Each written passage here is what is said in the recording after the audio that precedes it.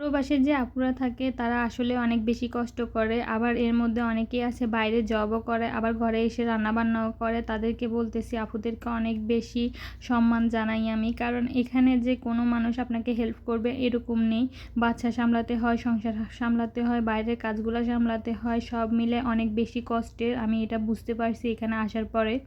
আমাদের বাংলাদেশে ঢাকা হোক, চিটাং হোক, যেখানেই হোক একটা হেল্পিং হ্যান্ড আপনারা পাবেনই। সে এসে ঘর ঝাড়ু দিয়ে দিবে, ঘর মুছে দিয়ে দিবে, বাথরুম পরিষ্কার করে দিয়ে দিবে, আপনার প্লেট ধুয়ে দিবে। যা যা কাজ আছে ছুটা কাজ যেগুলো ওগুলা মানে ছুটা বুয়া যারা আছে এগুলা করে দিয়ে যায়। কিন্তু এমন একটা অবস্থা যে প্রবাসী এসে আপনি এরকম একটা কাজে কাউকে আপনি মানে আপনার কষ্ট হচ্ছে, আপনি কাউকে চাইবেন কিন্তু পাবেন না। আচ্ছা, কথা বলতে বলতে আমি এখানে কাঁকরোলগুলো ছিলে নিয়েছি। কাঁকরোলগুলো না ছিলে আমার হাসব্যান্ড একদমই পছন্দ করে না যদি উপরে কাঁটাটা থেকে যায়। এরপরে আমি মাছগুলো ধুয়ে ওগুলো ভেজে নিয়েছি। ভাজার পরে এখানে রান্নার জন্য আমি দিয়ে দিয়েছি টমেটো, পেঁয়াজ, কাঁচামরিচ, রসুন বাটা সব কিছু ভালো করে দিয়ে এরপরে এখানে হলুদ, মরিচ, লবণ দিয়ে ভালো করে মশলাটা কষিয়ে নিব। মশলাটা কষাতে দিয়ে আমি এখানে আমার পাতিল প্লেট অনেকগুলো হয়ে গেছে, ওগুলো ধুয়ে নিব। আর আমার বেসিংটার অবস্থা খুবই খারাপ, দেখে কেউ কিছু বলবেন না, কারণ এখানে বেসিংটা এরকমই ছিল। বাসাটা অনেক বড় হিসেবে আমরা আর বেসিংয়ে দিয়ে এতটা ফোকাস করি নাই আর কি। এরপরে দেখতে পাচ্ছেন কতগুলো ভাত, প্রত্যেক দিনে আমাদের অনেকগুলো ভাত ফেলে দিতে হয়। এমন একটা মানে জীবন যে 2টা হাঁস মুরগি পালবো ওইরকমও কোনো সুযোগ নেই যে ভাতগুলো আমি কাউকে দিব না, ফেলেই দিতে হয়, কিছু করার নাই।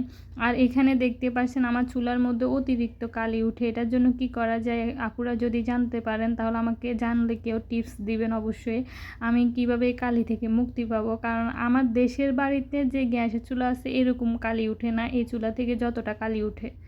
আমি মাছগুলো উঠিয়ে রেখেছিলাম, তারপর পটলটা কষিয়ে কাঁকরোলটা কষিয়ে তারপর মাছগুলো দিয়ে দিয়েছি। আর এদিকে আমি আমার বাচ্চা বলতেছে একটু শরবত বানাই দিতে।